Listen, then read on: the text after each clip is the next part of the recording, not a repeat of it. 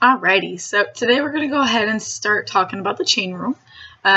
We haven't really used a chain rule because we can't yet, so I'm really excited to do it.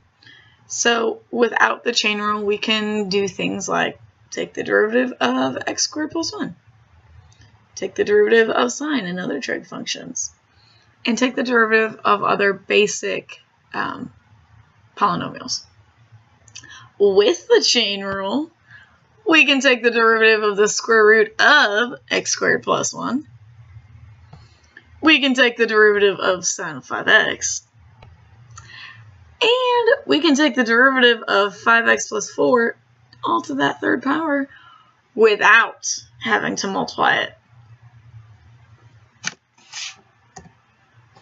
So, the rule. Just write it down. I know it looks a little scary. It's not, I promise. It's actually very similar to things we've already used. Yeah.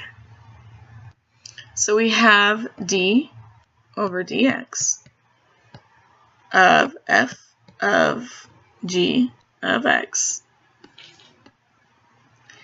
is equal to f prime of g of x times g prime of x. Remember, if I go too quick or whatnot, just make sure you pause so that we don't lose anything or miss something. So I told you that thing was scary, but I promise it's not scary. We can do it. So what it was saying first is I take the derivative of my first function. So essentially, I have some giant thing to a cube power. Okay, so the function of the giant thing would be like saying x cubed. So when I take the derivative of x cubed, it's just 3x squared. Because I bring down the 3, and then I reduce it, and we're good. So when I do that with a polynomial, it's kind of it's essentially the same thing as power rule, only it's like beefed up. So I bring down that 3. I leave everything alone in the parentheses because it's like saying that x. Reduce it down by 1. And then we're going to take that and I'm going to multiply by the derivative of the stuff on the inside now, or the stuff that was originally in my parentheses. So the derivative of x squared is just 2x. And then I take it one step further because since we just learned about doing multi-derivatives, we know we need to simplify just in case we're going to have to do another one of it. So when I do simplifying these, I multiply whatever is in front, in this case my 3, with the derivative of the stuff I had left over, so that 2x. So 3 times 2x will give me 6x times x squared plus 1 quantity squared. That's it.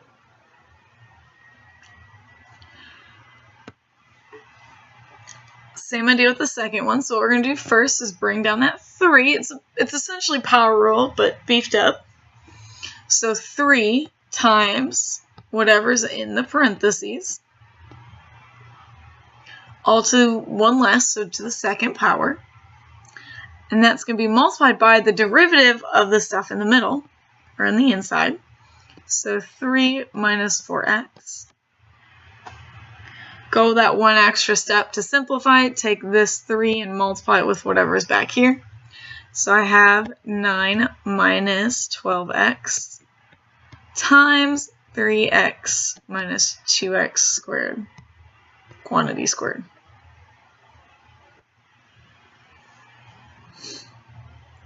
I know with how large I write, I'm going to just move this one down here. So it is y equals 7x squared minus 4x cubed all to the 6th power. So that's just me rewriting it. First things first, bring down that 6.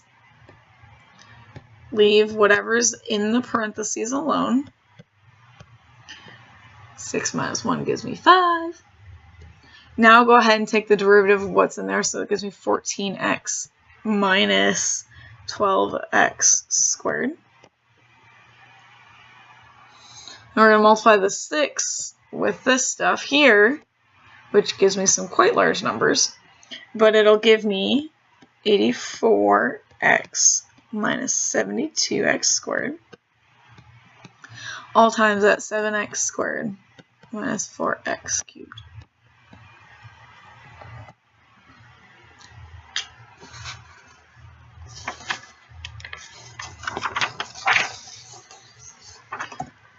Bum, bum, bum. Radicals. Oh no. So, first things first is we need to rewrite our radical. We are used to originally seeing the cube root of, like, say, x, and that was x to the 1/3. Well, we also saw, and I think one of our homeworks about a week or so ago, something that looked like this, and we rewrote it as x to the 2/3. Because whatever power is in there is what's going to be as my numerator. So keeping that in mind.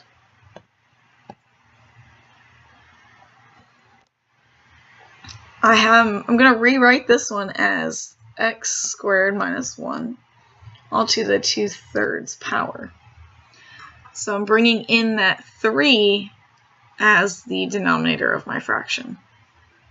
Okay, so let's take our power rule, essentially. Chain rule is technically what it is, but it's beefed up power rule in my opinion. So that 2/3 comes down. X squared minus 1.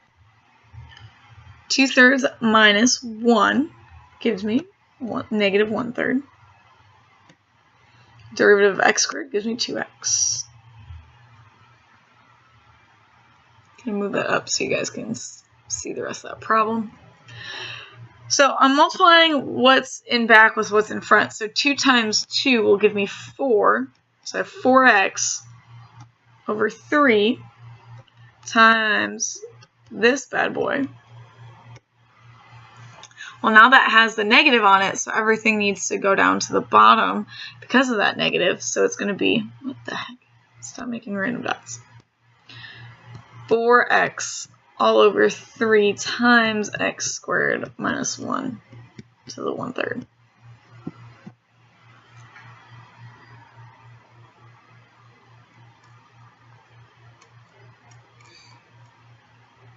All right, next problem. So square roots are 2. So I have 4x cubed minus x to the 2 over 2. Wasn't 2 over 2 just 1? Anything the first power is just itself. So this problem has essentially just become this. Which means now it's just the basic polynomial. And that derivative is... trying to make us 2. Doesn't want to do it. 12x squared minus 1. Not too shabby. Okay, so with this next one, I have 2 4s. I have 1 as my coefficient out front, and I have 1 as my index. So when I rewrite this, I'm going to have 4 times 6 minus x squared to the 1/4 power. So what I do first is I bring down that 1/4. So I have essentially 4 over 4 because I'm multiplying it through. Multiplying it by what's already there. 6 minus x squared to the negative 3/4 times the derivative of what's inside, which is negative 2x.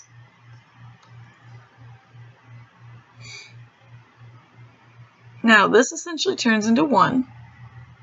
So I have negative 2x by itself. This guy is all going to come downstairs.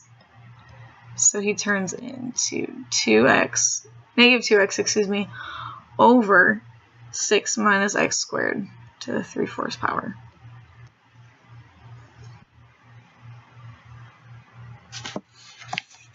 Woo! Homework time.